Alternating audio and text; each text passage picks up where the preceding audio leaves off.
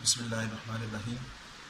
अब हम next definition देखते हैं, इसका नाम है एरर ऑफ एस्टिमेशन।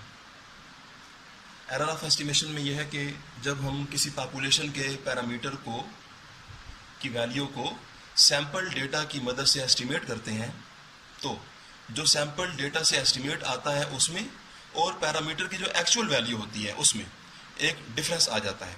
ये डिफरेंस कहलाता है एरर ऑफ एस्टिमेशन। मिसाल के तौर पर जब आप पॉपुलेशन के मीन म्यू को सैंपल की मदद से एस्टिमेट करना चाहें तो उसका तरीका ये होता है कि आप पॉपुलेशन में से सैंपल लेते हैं और उस सैंपल का मीन एक्स बार मालूम करते हैं। तो एक्स बार की जो वैल्यू आती है आप कहते हैं कि ये पॉपुलेशन के पैरामीटर मीन म्यू का एस्टिमेट आ गया। तो जो अब एक्स बार की वैल्यू होगी इस वैल्यू में और पॉपुलेशन के मीन म्यू की असल वैल्यू में एक थोड़ा वो डिफरेंस होगा।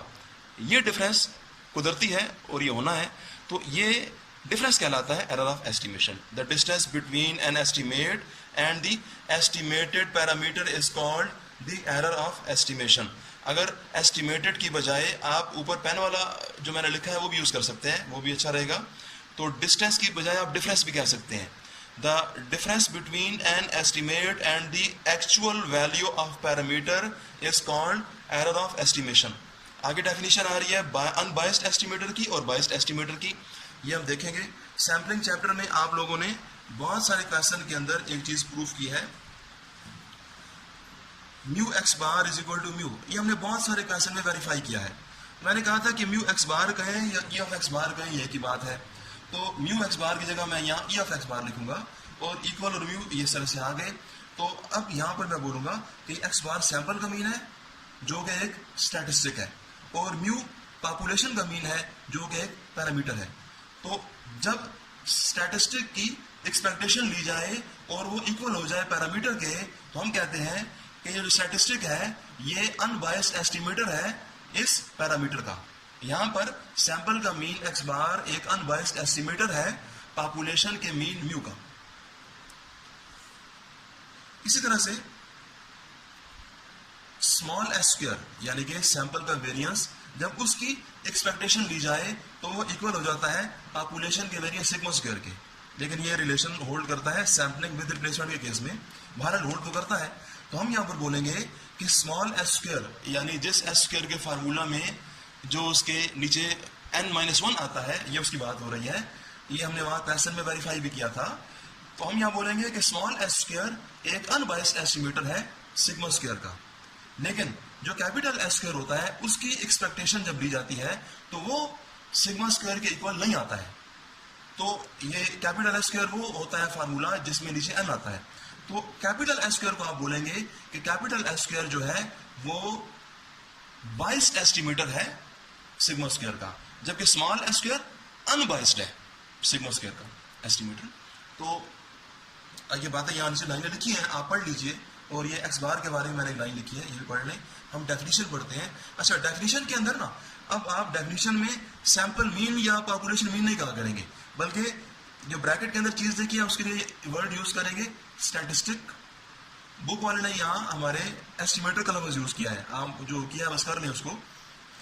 म्यू के लिए आप इस्तेमाल करेंगे पैरामीटर, ये आपको एक कॉन्सेप्ट बताने के लिए था। तो हम बोलेंगे expected value of statistic is equal to parameter.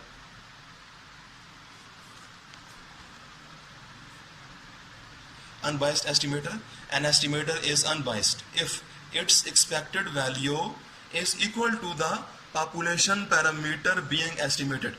ये वही बात है जो बोल रहा था। Biased estimator जब expectation equal नहीं आती है। तो ऐसे करें कि आप unbiased की definition से ही इसको बना लीजिए, अलग से याद ना करें। आप ये करिएगा इस definition में आप changes कर लें। ये अब मैं biased estimator की definition यहाँ से बनाऊंगा। वो कैसे बनाऊंगा? An estimator is, यहां आप लिखेंगे बाइस्ड, क्योंकि आप डेफिनेटली इसकी बनाना चाह रहे हैं। Is biased if it's expected value is not equal. Not लगा दीजिए तो फिर ये डेफिनेशन आपकी ये बन जानी है। नॉट इक्वल टू आगे वही बात है सारी।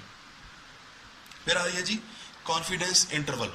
कॉन्फिडेंस इंटरवल आपको पता है कि बल्कि ये कॉन्फिडेंस इंटरवल की जो डेफिनेशन लिखी है ना जी, ये डेफिनेशन हम इससे पहले लेक्चर में देख चुके हैं। ये ऊपर लिखी हुई है इंटरवल एस्टिमेट की। तो जो डेफिनेशन आपको इंटरवल एस्टिमेट की बताई है वही डेफिनेशन आप पहले लेक्चर में देखिए, वही डेफिनेशन आपने कॉन्फिडेंस इंटरवल के केस में भी लिख देनी है, ये वही डेफिनेशन, एक ही मतलब है इन दोनों का। फिर आ रही है कॉन्फिडेंस लिमिट्स। हमने क्वेश्चन के अंदर सबसे पहला क्वेश्चन जब किया था तो ये फार्मूला यूज किया था हम लोगों ने। हम यहाँ एक्स बार की वैल्यू, सिग्मा और एन की वैल्यू पुट करते हैं, अल्फा की वैल्यू पुट करते हैं, और एक बार माइनस एक बार प्लस करते हैं। तो माइनस करने से एक वैल्यू मिलती है और प्लस करने से भी एक वैल्यू मिलती है। तो ये मैंने किया कि इसी एक्सप्रेशन को मैंने माइनस साथ देखा और कॉमा लगाकर इसी को प्लस के साथ देखा। तो माइनस करने से एक वैल्यू मिलती है, मिसाल के तौर पर वो मुझे 4 मिली, और प्लस करने से भी एक वैल्यू मिलती है, मिसाल के तौर पर वो 8 मिली मुझे। तो ये 4 कहलाएगा L for lower confidence limit, और ये 8 कहलाएगा अपर कॉन्फिडेंस लिमिट। अपर मीन ऊपर वाला और लोअर मीन नीचे वाला। तो कॉन्फिडेंस इंटरवल की ये जो लिमिट्स होती हैं, जो इसके एंड पॉइंट होते हैं, यानी छोटी वैल्यू, और जो भी क्वेश्चन में आपके आंसर आते रहे हैं, ब्रैकेट के अंदर जो पहली वैल्यू थी छोटी थी और दूसरी वैल्यू बड़ी होती थी, तो ये दो वैल्यूज कहलाती हैं आपकी confidence limits. The two end points of a confidence interval are called confidence limit. Confidence interval तो एक पूरी रेंज होती है वैल्यूज की, उस रेंज की सबसे छोटी वैल्यू और सबसे बड़ी वैल्यू कॉन्फिडेंस लिमिट्स है। आगे आ गया level of confidence. Level of confidence जो आप क्वेश्चन के अंदर यूज करते हैं, आप एक बात लिखते थे 90% कॉन्फिडेंस इंटरवल, तो परसेंटेज की फॉर्म में 90 होता है। जब आप परसेंटेज खत्म करेंगे तो आप 100 से डिवाइड करेंगे। तो अच्छा, हम पहले उसकी फॉर्म में बात कर लें 90% की। मिसाल के तौर पर ये म्यू का आपने इंटरवल मालूम किया और आंसर आपके पास 4, 8 आए, तो हम यहाँ बोलते यूं हैं कि 90% कॉन्फिडेंस इंटरवल म्यू का ये है, यानी 90% हम कॉन्फिडेंट हैं कि हमारा म्यू इन दो कीमतों के बीच में आएगा। लेकिन प्रोबेबिलिटी की फॉर्म में जब आप बात करेंगे, प्रोबेबिलिटी की वर्डिंग यूज करेंगे, तो प्रोबेबिलिटी की वर्डिंग में आप ये नहीं कह सकते हैं कि पॉपुलेशन का पैरामीटर म्यू वो 4 और 8 के बीच में होगा, इस बात की प्रोबेबिलिटी फलाना है। ये बात स्टेटमेंट गलत है, क्योंकि प्रोबेबिलिटी का जो वर्ड है वो वेरिएबल के लिए होता है, जबकि 4 और 8 कांस्टेंट है।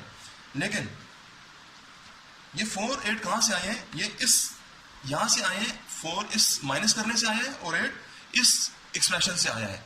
तो अगर आप परसेंटेज के बजाय प्रोबेबिलिटी की स्टेटमेंट यूज करना चाहें तो तरीका ये होता है कि परसेंटेज को हम खत्म कर देते हैं, 100 पे डिवाइड करते हैं। तो 90 को जब आप 100 पे डिवाइड करोगे तो आंसर आएगा 0.90। अब ये 0.90 आप प्रोबेबिलिटी के लिए यूज करेंगे, तो आप बोलेंगे कि म्यू की प्रोबेबिलिटी 0.90 है कि वो इन दो, ये जो एक्सप्रेशन लिखी हुई है, ये माइनस वाली और प्लस वाली, इनके बीच में फॉल करेगा म्यू।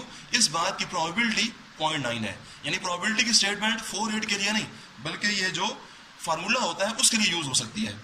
और उस फार्मूला में भी एक्स बार आप एक्स कैपिटल लिखेंगे, स्मॉल नहीं लिखेंगे।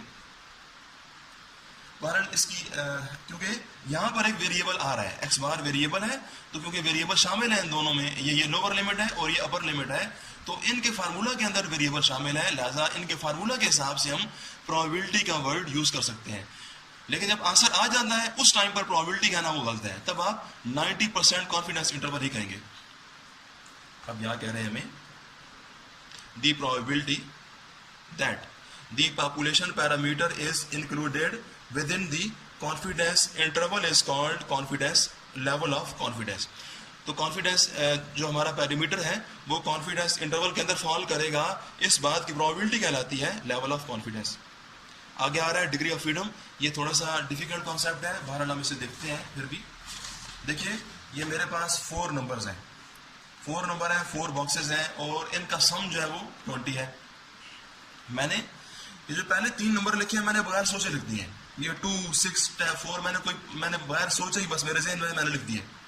लेकिन ये जो चौथा नंबर है ये मैं बगैर सोचे नहीं लिख सकता हूँ, क्योंकि मुझे चौथा नंबर वो लिखना है कि जो सम किया जाए तो फिर इक्वल टू 20 बनाए। अगर मैं यहाँ वैसे ही 10 लगा देता हूँ तो 10 लगाना गलत होगा, क्योंकि 10 + 4 + 6 + 2 ये 20 नहीं बनेगा, तो एक्सप्रेशन गलत हो जाएगी। तो अब मेरे ऊपर एक पाबंदी है, 3 तक तो मैं आज़ाद था, 3 तक मैं फ्री था, लेकिन एक मेरे ऊपर है रिस्ट्रिक्शन। तो ये नंबर है, मुझे क्या पुट करना चाहिए? 6 + 4 10, ये 12, तो मुझे यहाँ पर 8 पुट करना चाहिए। ये मैं पाबंद हूँ इस चीज़ का। तो एक रिस्ट्रिक्शन है मेरे ऊपर, 3 तक मैं फ्री था। तो इस काम में हम कहेंगे कि हमारी डिग्री ऑफ फ्रीडम 3 तक थी। जो चौथी है मेरे ऊपर रिस्ट्रिक्शन है। कह रहे हैं जी कि degree of freedom is the number of values that are free to vary after we have placed certain restriction upon the data. ये भी एक